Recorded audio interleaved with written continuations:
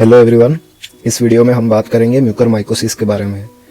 ये डिजीज़ पहले तो बहुत ही रेयर हुआ करती थी, पर अभी कोविड-19 के बाद ये डिजीज़ बहुत ही आम हो गई है। ऑलमोस्ट डेली इसके केसेस देखे जाते हैं। तो इसके बारे में हम पढ़ेंगे ये म्यूकरमाइकोसिस है क्या। पहली बात तो ये कि आजकल ये म्यूकरमाइकोसिस ब्लैक फंगस के नाम से जानी जा रही है, जो कि बिल्कुल गलत है। मेडिसिन और माइक्रोबायोलॉजी में म्यूकरमाइकोसिस और ब्लैक फंगस का कोई भी रिलेशन, कोई भी कनेक्शन नहीं है। ब्लैक फंगस एक दूसरी तरह की फंगस है जो दूसरी तरह की डिजीज़ करती है, और म्यूकरमाइकोसिस एक अलग डिजीज़ है। तो पहले म्यूकरमाइकोसिस जानी जाती थी फाइकोमाइकोसिस के नाम से, उसके बाद ये जानी जाती थी जाइगोमाइकोसिस के नाम से, और अभी ये जानी जाती है म्यूकरमाइकोसिस के नाम से। हमें इस डिजीज़ के बारे में क्यों जानना ज़रूरी है? क्योंकि इसकी मोर्टालिटी जो है बहुत ही हाई है, ऑलमोस्ट 40% टू 80% है, और उसका जो एवरेज है CDC के हिसाब से वो है 54%। तो इसीलिए हमें इस डिजीज़ के बारे में जानना बहुत ही ज़रूरी है।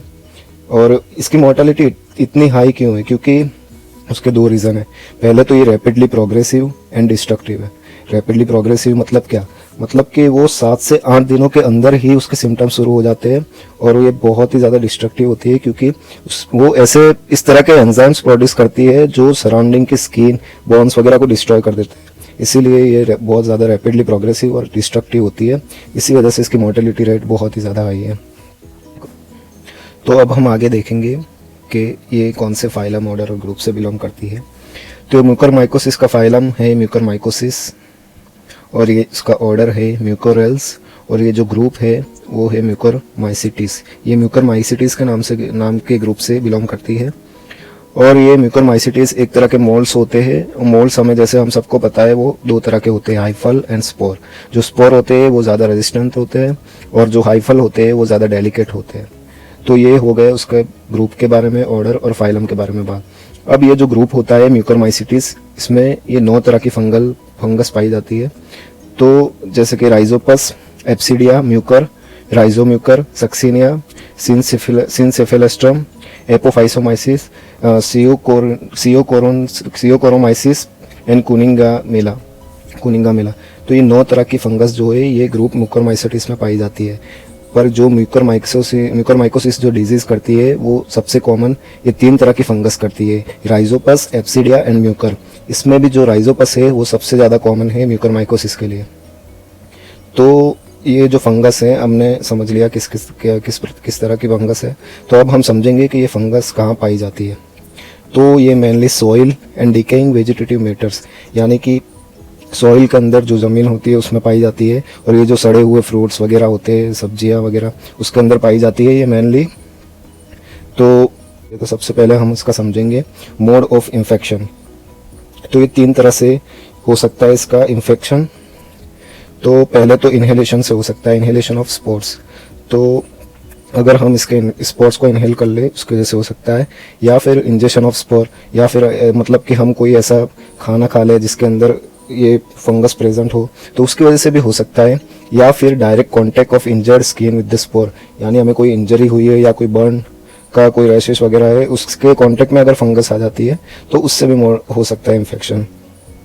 पर जब ये स्पोर्स एक नॉर्मल पर्सन, यानी कि जिसकी इम्यूनिटी सही है, जिसकी इम्यूनिटी बेटर है, उसके अंदर जाता है तो उससे कुछ नहीं होता है, क्योंकि उसके अंदर जो होते हैं मैक्रोफेजेस, न्यूट्रोफिल्स वगैरह, उसको इंजेस्ट करके उससे कोई भी उसका इफेक्ट अपने एक नॉर्मल पर्सन पे नहीं हो पाए।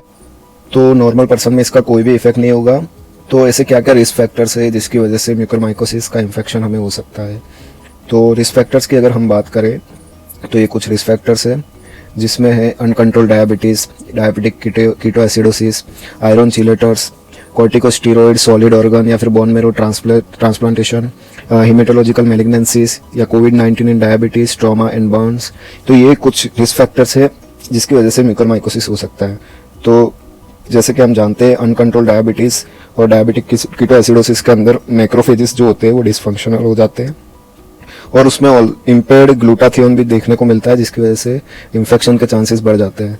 और आयरन चिलेटर्स जो होते हैं उसमें आयरन का ओवरलोड हो जाता है, जो रिफॉर्मैक्सिन वगैरह होती है उसकी वजह से। तो जो फंगस होती है वो उसको एज ए सिडेरोफोर, यानी कि आयरन कैरियर्स की तरह काम करती है, जिसकी वजह से इन्फेक्शन के चांसेस बढ़ जाते हैं।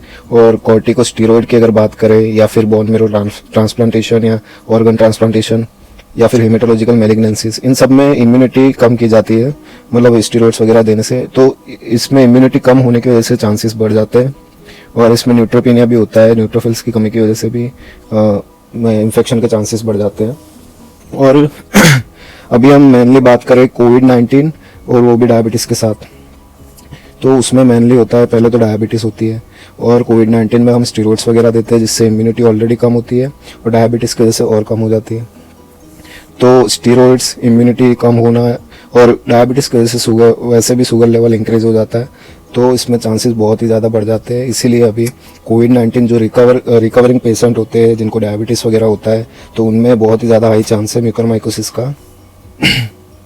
और इसके अलावा अगर हम बात करें तो ट्रॉमा एंड बर्न्स, यानी कि ये सब इनमें से अगर कुछ भी पेशेंट में प्रेजेंट है या फिर जिसकी इम्यूनिटी कम है, तो उसमें अगर किसी तरह का ट्रॉमा या बर्न या कोई इंजरी हो जाती है, तो उसमें क्यूटेनियस म्यूकरमाइकोसिस होने का चांसेस ज़्यादा है।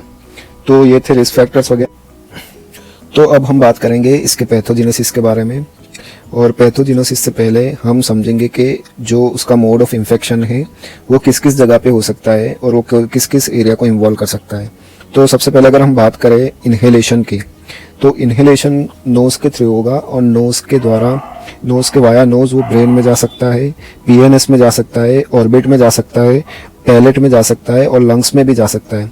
तो ये 6 साइट्स है, ये 6 साइट्स है जो सबसे खतरनाक होती है, और ये फंगाई इन साइट्स पे जाके बोन डिस्ट्रक्शन, टिश्यू डिस्ट्रक्शन और बहुत सा और डिस्ट्रक्शन कर सकती है, जिसकी वजह से ये बहुत ही खतरनाक होती है। और इसीलिए इन्हेलेशन रूट जो होता है वो सबसे ज़्यादा डेंजरस होता है, क्योंकि मेनली ब्रेन और पीएनएस ऑर्बिट वगैरह को इन्वॉल्व करता है। तो अगर इसके बाद हम बात करें इंजेक्शन, तो इंजेक्शन के थ्रू सबसे कॉमन साइट स्टमक है, और स्टमक से आगे अगर जाता है इंटेस्टाइन को भी वो डिस्ट्रक्शन कर सकती है, जो कि बहुत रेयर होता है। और कभी कभी कोई इंजरी या कोई बर्न या कोई ऐसा इंजर साइड है, अगर वो डायरेक्ट कांटेक्ट में आती है तो स्किन पे भी हो सकता है इसका इन्फेक्शन। तो ये कुछ साइट्स है जहाँ पे ये इन्फेक्शन कर सकती है, और ये बोन्स और टिश्यू वगैरह का डिस्ट्रक्शन करेगी। और अब हम समझेंगे कि ये कैसे डिस्ट्रक्शन करेगी। सबसे पहले तो अगर कोई नॉर्मल पर्सन है तो उसमें तो मैक्रोफेजेस वगैरह की वजह से फेगोसाइटोसिस हो जाएगा, और न्यूट्रोफिल्स की वजह से ऑक्सीडेटिव ब्रस्ट हो सकता है। तो नॉर्मल पर्सन में कोई भी इसका इफेक्ट नहीं होगा। और अगर हम बात करें उन पेशेंट्स की जिनमें रिस्क फैक्टर्स प्रेजेंट है, तो जो रिस्क फैक्टर्स वाले पेशेंट्स है उनके अंदर जब ये स्पॉट्स जाएंगे वो जर्मिनेट होके एक हाइफल फॉर्म में बन जाएंगे, और ये जो हाइफल फॉर्म होता है वो कराता है इन्फ्लामेशन, जिसकी वजह से हमें क्लिनिकल मैनिफेस्टेशन यानी कि क्लिनिकल सिम्टम्स देखने को मिलेंगे। तो सबसे मेन हमें समझना जरूरी है कि ये जो फंगस होती है वो एंजियोवेंसन होती है, एंजियोवेजी होती है, यानी कि वो ब्लड वेसल्स को इन्वेड कर सकती है, जो कि बहुत ज़्यादा डेंजरस होता है। ब्लड वेसल्स को इन्वेड करने के बाद हमें देखने को मिलता है थ्रोम्बोसिस, इस्केमिया, नेक्रोसिस, ये सब सारे सिम्टम्स ब्लड वेसल्स को इन्वेड करने के बाद देखने को मिलते हैं। थ्रोम्बोसिस की वजह से स्ट्रोक वगैरह बहुत सारे कॉम्प्लिकेशंस हो सकते हैं। और ये जो नेक्रोसिस होता है उसकी वजह से डेड टिश्यू बनता है, और हमें देखने को मिलता है ब्लैक क्रस्ट, जो कि इसका सबसे मेनली विजिबल सिम्टम होता है ब्लैक क्रस्ट, जिसकी वजह से लोग इसको ब्लैक फंगस बुलाते हैं। तो ये ब्लैक क्रस्ट नेक्रोसिस की वजह से देखने को मिलता है। तो ये बात हो गई इसकी पैथोजेनेसिस के बारे में।